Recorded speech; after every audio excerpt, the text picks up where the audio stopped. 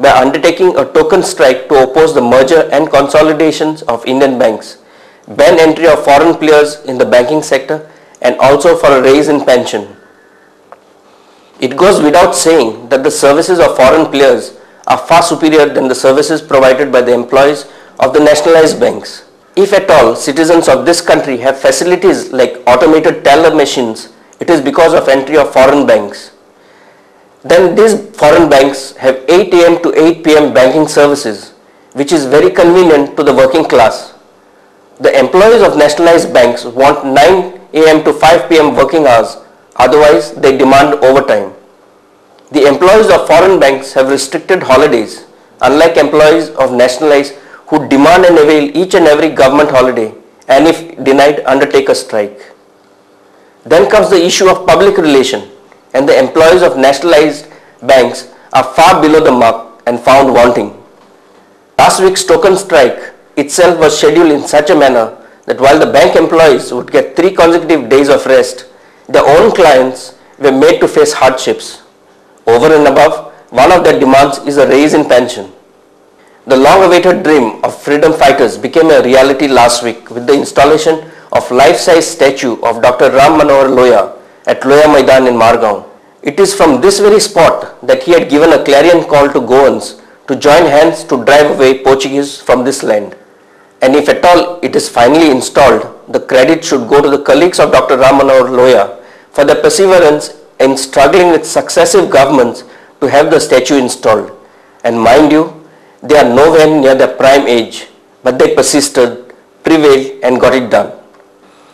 Last week saw the veteran activist Matani Saldana raise his voice again against what he claimed false propaganda spread by the pro-SEZ lobbyist that there is no provision to denotify special economic zones. Saldana threatened to resort back to agitation if their demands are not met.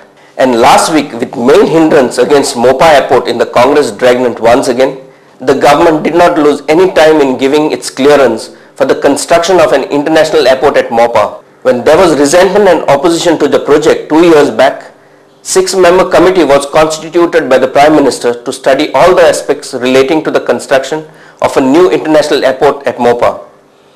At that time, Churchill Alemao, who was spearheading the agitation against it, was in the committee. With him cutting short his term in the Lok Sabha to contest the assembly elections, the vacant slot was filled by the very person who had first proposed the project, Francisco Sardinia. What could not be studied in 18 months was done so in the very first meeting of the committee after elections. The committee agreed in principle to the airport. With Churchill rejoining the Congress, he played into their hands. If he badmouths the Congress now, he is bound to be disqualified, which means he won't be able to contest for the next 5 years. And if he quits the party again, it is doubtful that people are going to repose their trust in him again. Furthermore, the committee has given its principal acceptance based on the profitability reports of many agencies to ICAO. But they have conveniently ignored the techno-feasibility report, which stems international flying rules, which mandates 160 kilometers air distance between 2 aircrafts, whereas in the case of Dabolim and Mopa, it is less than 100 kilometers. Further, there can be only one control tower for civilian airports. Even in Bombay, there is only one control tower for both the airports. But in the case of Goa, Dabolim control tower is rightfully manned by the Navy, who being a part of the security wing of the country gets a preference. Further, International Civil Aviation Organization in its report has stated that both Dabolim and Mopa airports are feasible in Goa. At the same time, they have also said that only one is preferred. Our question to the Chief Minister, who keeps on repeating that he will not force projects upon the people which they do not want, is why rush through a project which the masses had rejected earlier? And Churchill Alemao, hearing about the decision of the committee, has just quaked. From addressing press conferences, he is now reduced to sending press notes stating his opposition to the project. And the height of it is, he is asking for an opinion poll on the issue. 2 years back, he was demanding scrapping of the project, but after being sworn in the Digambar-led government and subsequent merger of SGF into Congress, he said he was happy with the union government's promise of retaining Dabolim Airport for civilian use. Then, Churchill was talking about shift in tourism from Goa to Maharashtra. Now he is talking about of not minding if tourism flourishing in Maharashtra.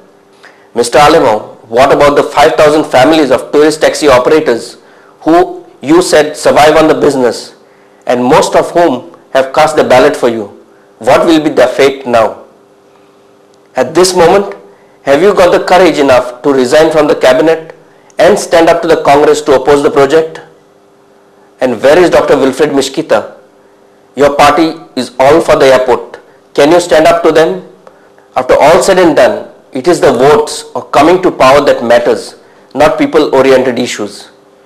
We are trying to expose just the hypocrisy of our so-called representatives and leaders. After all the heat that was generated over the issue, did the dip in temperatures help? Goa was affected by the cold wave that swept North India. The temperatures dipped to 15.2 degrees Celsius. It was the coldest winters since 1991, when the temperatures had touched 14.4 degrees Celsius. The Moth Music Festival commenced and concluded last week at the Chapel of Our Lady of the Mount at Old Goa. The festival is conceived to bring together the East and the West through musical preferences. The uniqueness of this festival is the locale where the festival is held. The view from the hill is just spectacular. Rolling hills at Old Goa, meandering waters of Mandovi River, the islands of Divar, Shorao and Ribandar on the east, and the vast expanse of the Arabian Sea on the west. That's all we have in Goa this week. Before we resume with more news, we'll take a short break.